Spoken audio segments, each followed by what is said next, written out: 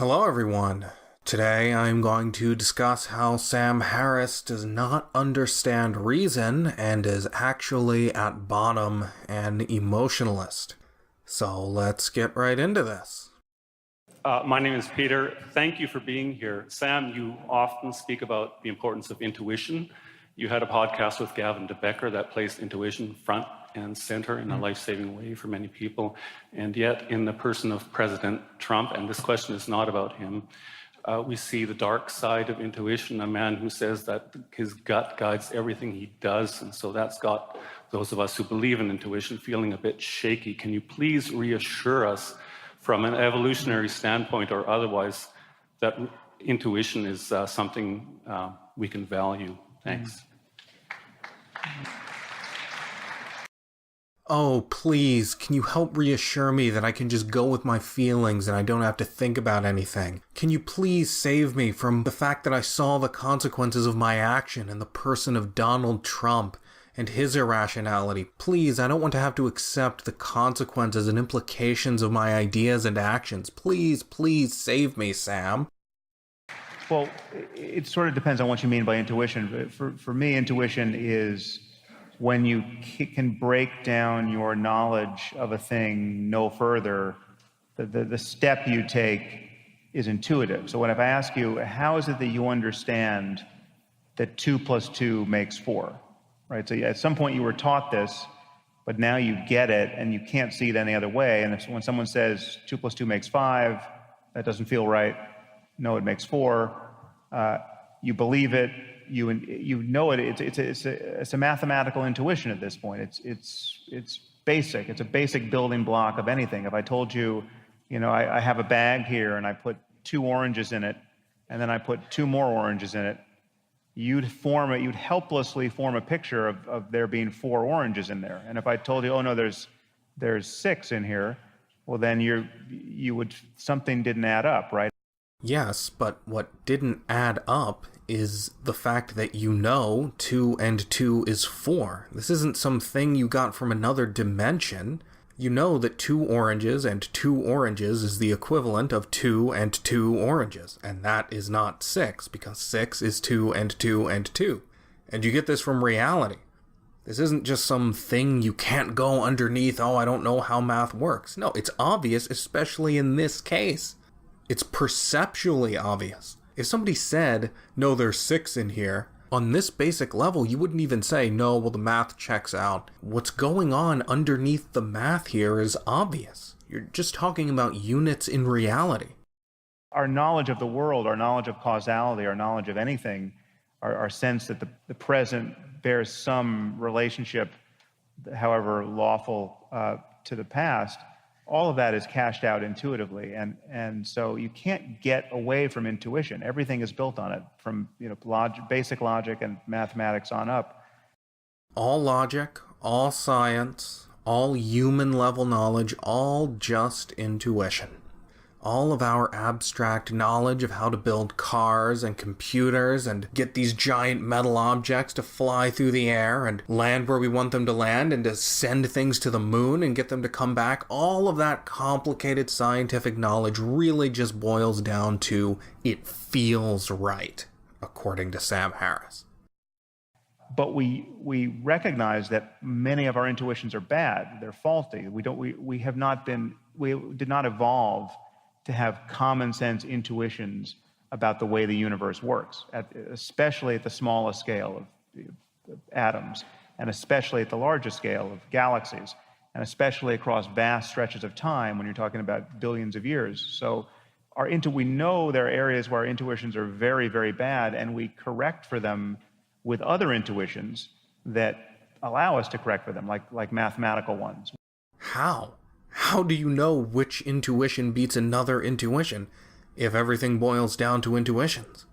This is an example I gave, I think, in my first book, but if I asked you, if we had a newspaper the size of this stage, and we could just fold it in half again and again and again, and we folded it in half 100 times, how thick would the resulting block of newspaper be?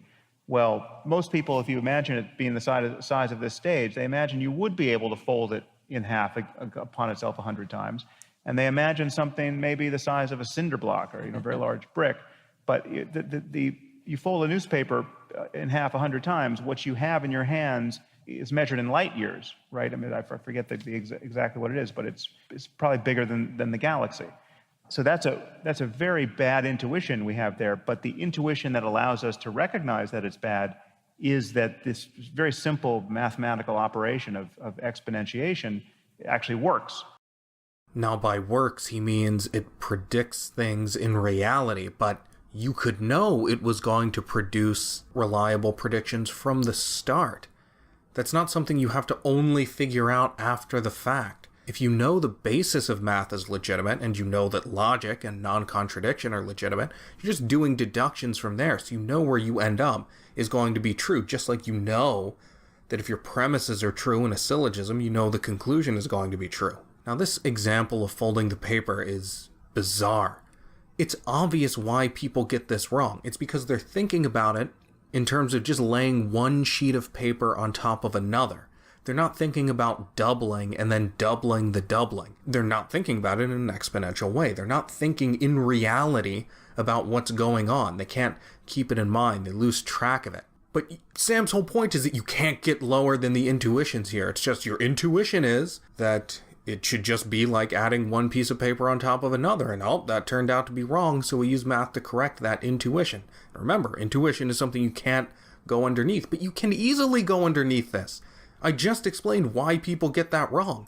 You can see in reality what's actually going on and correct your intuition based on your observation of what's actually happening in reality. From the beginning, not just because the math turns out to be able to predict things. But you can see, oh no, you're not taking account of the fact that when you fold the paper over, you're doubling what you had. You're not just adding one more layer on. So you can absolutely go beneath this intuition. So if this is his best example, QED for me. So we just, intuition gets stigmatized as a word, but science is the product of intuition. And every gesture toward knowledge is the product of intuition at bottom. I'm glad he's saying this. He's making it absolutely clear so nobody can accuse me of, well, you're just misinterpreting him. He doesn't really mean all this. This is exactly what he means. All science, all human knowledge, all attempts, all gropings toward human knowledge are based on intuition. They boil down to intuition. I did that paper folding demonstration when I gave the Royal Institution Christmas lectures. Children come out and you can't get more than 7 folds. It stops there. But I mean, I think the purport of the question by mentioning Trump is that when you have two people whose intuition differs, then you can't argue by saying, well, that's my intuition, that's my intuition. I feel this, I feel that. That's what's really dangerous. And we want to get away from that kind of thing in public policy, in government. We do not want people who just do things because they feel that it just feels right to them. Yeah. But oh, did you hear that but? Dawkins is trying to come in and save it and make this not sound ludicrous, but no, Sam is insistent it does all boil down to feeling.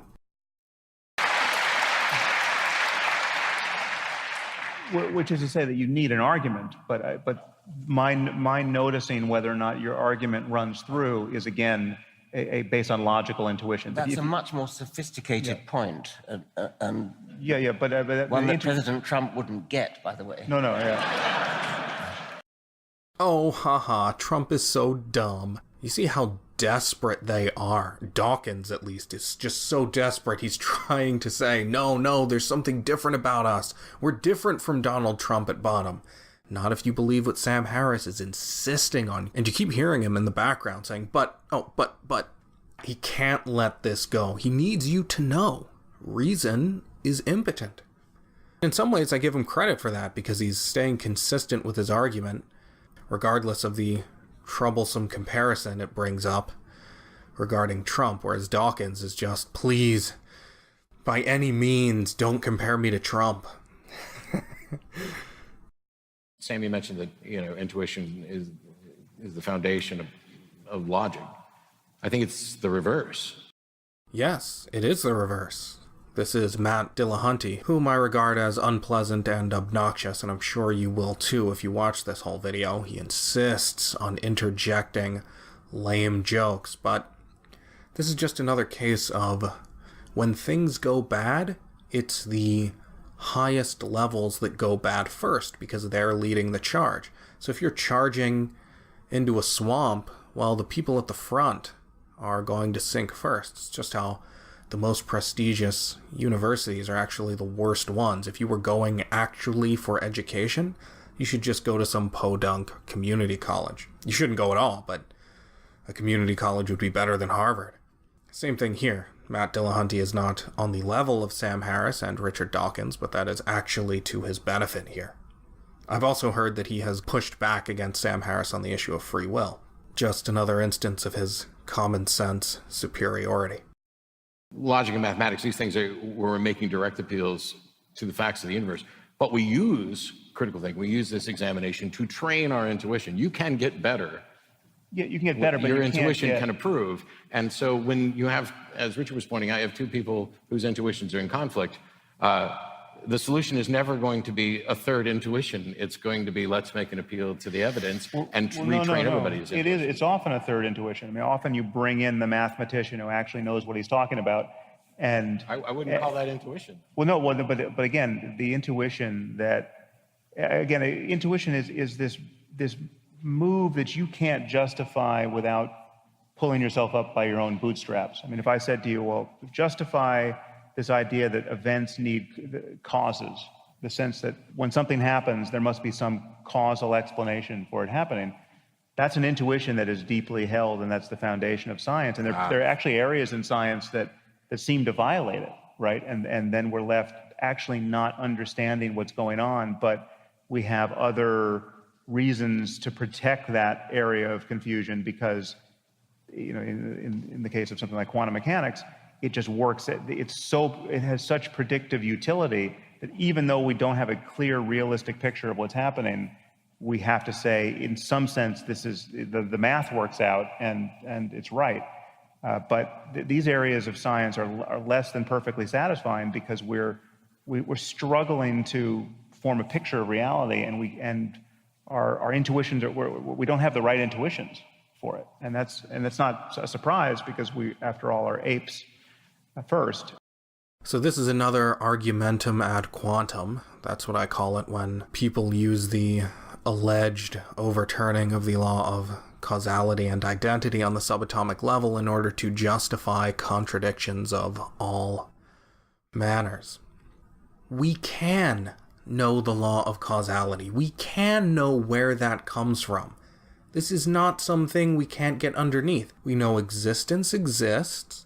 We know everything that exists is what it is. And we know that things act in accordance with what they are. These are all axioms. These are all self-evident truths. They're not a priori.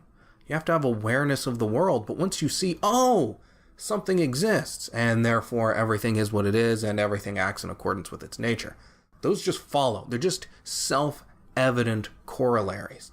Now, it's important to note here that Sam is not dismissing perception. What's interesting here is the relationship he sees between perception and all forms of thinking and judgment. See, when Sam says that we know these intuitions work, what he's saying is that they match our perceptions. But our perceptions can never lead us to the abstract systems we use. We can't get math from observation. We can't get causality from observation. We can't get these abstract systems. We can't get concepts. We can't get generalizations. We can't get these things from perception. But perception is our direct connection to the world. So what we have to rely on are the generalizations that we have developed through natural selection as apes. So nature gifted us with certain generalizations, certain abstract ways of coming at the world for the purpose of our survival, but they don't necessarily match reality. But they're the only way we can ever get abstract conclusions. because you can't get them from observation, you can't get them from the senses, you can't get them from perception. So the only way we can determine which intuitions are true is by a direct appeal to which ones work in reality. But the problem is, multiple ones work in reality and yet contradict each other. So Sam thinks, well, we have this intuition of the law of causality, but we also have the intuition of math, and certain observations we hold only make sense if we reject our causal intuition in favor of our mathematical one. So he thinks, well, quantum mechanics makes predictions that check out with the math, but not with our intuition of causality. Now, if you understand that you get your abstractions from reality, if they're valid, you will understand that they will never contradict, because reality doesn't contradict. But Sam thinks all abstractions are arbitrary. We just evolved them, and it's totally possible for them to contradict. This is what he just said. Yeah, math seems to contradict the law of causality. It seems our logic is contradictory. But you know what? That's just because the nature of reality itself transcends our narrow, chimp conception of the law of non-contradiction. Non-contradiction logic, that's just our intuition. Reality is obviously more than that, because we can see our intuition of non-contradiction actually clashes with what we observe in reality. So again, you have someone who has clearly been influenced by Immanuel Kant. I think it's actually hard for normal people to understand where Sam is even coming from. You would never think this way unless you had academic training, especially in philosophy. And Sam considers himself a philosopher first. He's a neuroscientist too, but he considers himself a philosopher first, and it shows, because you could never get this confused. This kind of confusion is just bizarre to people, because they think, why would you even come at it this way? Obviously, we look at reality and then we build our ideas off of it. How would you ever even come to this clash? It just doesn't make sense to people, because it doesn't actually make sense. It's funny just how much he and Jordan Peterson and many other people who are allegedly at odds actually agree. Jordan Peterson says exactly all of this. It's just Kantianism with the placement of natural selection as the cause of our collective delusion. But you don't need the theory of evolution in order to have this. This is just a convenient way they make it sound scientific. But Sam Harris and Jordan Peterson both agree on this. They both agree, look, we don't know the truth. All we have, all of our abstract knowledge, it just comes from our evolutionary biases. We can't come to general knowledge about the world from specific observations. We can't come to abstract knowledge through concrete observations. This is what Sam is saying here. All you have are the observations and your intuitions. And these things are totally separate. And the observations are concrete and specific, and the generalizations are abstract and general, but the abstractions are untrustworthy because they're just a priori ways of viewing the world that our physiology gives us, our neurophysiology gives us. And this is exactly what Jordan Peterson believes. So they can have their big debates and act like they fight each other and they disagree, but these two agree on everything important. What they agree on is that reason can't penetrate to the real world. Our abstract knowledge is just subjective. It's just our delusions. And I mean, really their argument is the classic dichotomy. Sam says our reason can't penetrate the world, so we just have to put up with the fact that what we know is just delusional, and we just have to see how it works with our observations as we go on, and we can never be certain. And Jordan Peterson says, well, yeah, it's true, our knowledge doesn't accord necessarily with the external world because we've evolved to think a certain way, but you know what? Throw out the external world. All that matters is our delusions. It's more real than the external world, is how Jordan Peterson puts it. But both agree reason cannot give you knowledge of the external world, and so you have to either give it up or live in a fantasy. Well, the truth is reason does give you knowledge of the external world. If you're listening to this and you don't know that, you're not exactly my intended audience. But, so that's Sam Harris for you. The dark secret is he and Jordan Peterson and Dawkins, if he agrees with this nonsense, really are no different from Trump. So I'm sorry, questioner. Trump is a vision of your future if you take Sam Harris's ideas seriously. Reject intuition, embrace reason. Now, that's not to say that you should ignore your feelings. Your feelings give you things to check out. If you're talking with somebody and you get a bad vibe, then you should check that out. You should think, what's giving me this bad vibe? It's totally rational and necessary to check out what your emotions feed you, what your subconscious sends you. If your subconscious sends you a thought, makes you feel a certain way, you should investigate that. Absolutely. But you have to understand that you have to investigate it. You can't just go with it. And if you investigate it and you say, oh, that didn't check out, my intuition was actually wrong here, then you go with your judgment and not your intuition. But what Sam is saying is that that's impossible, because intuitions only go down so far. They ultimately aren't grounded in reality. They're grounded in your instincts, or whatever BS they call it these days. They don't come from reality, but the truth is they do come from reality. And so you should investigate the source in reality. Now, you can't always do that. You don't necessarily always have time to do that. If you're dealing with somebody and you get a bad vibe, you have to figure it out. Go with your rational judgment over your vibe, over your feeling, over your intuition, over your gut instinct. Because you have emotions and you have reason. Now, if you lead with your reason, with your rational mind, you can change your emotions, because your emotions are a result of your reasoning. But if you lead with your emotions, you can't change your emotions because you're letting them lead.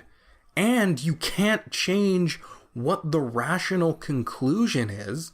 You can't change the nature of a valid syllogism based on how you feel. Reason is what it is because reality is what it is. Reality can't change. The nature of existence and logic can't change. Your emotions can.